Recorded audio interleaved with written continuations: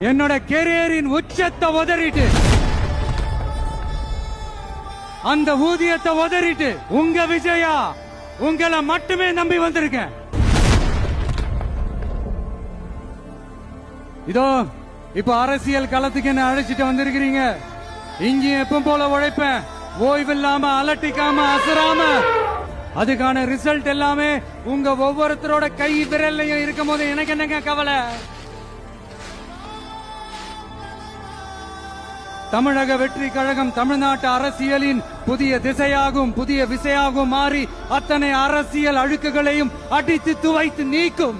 அதை தீர்மானிக்கட்டும் எங்கள் போக்கும் உங்கள் வாக்கும். வெற்றி கழக கொடியேறு நம்ம சனத்து விதிமாறு, வெற்றி கழக கொடியேறு மக்கள் ஆசை நிஜமா.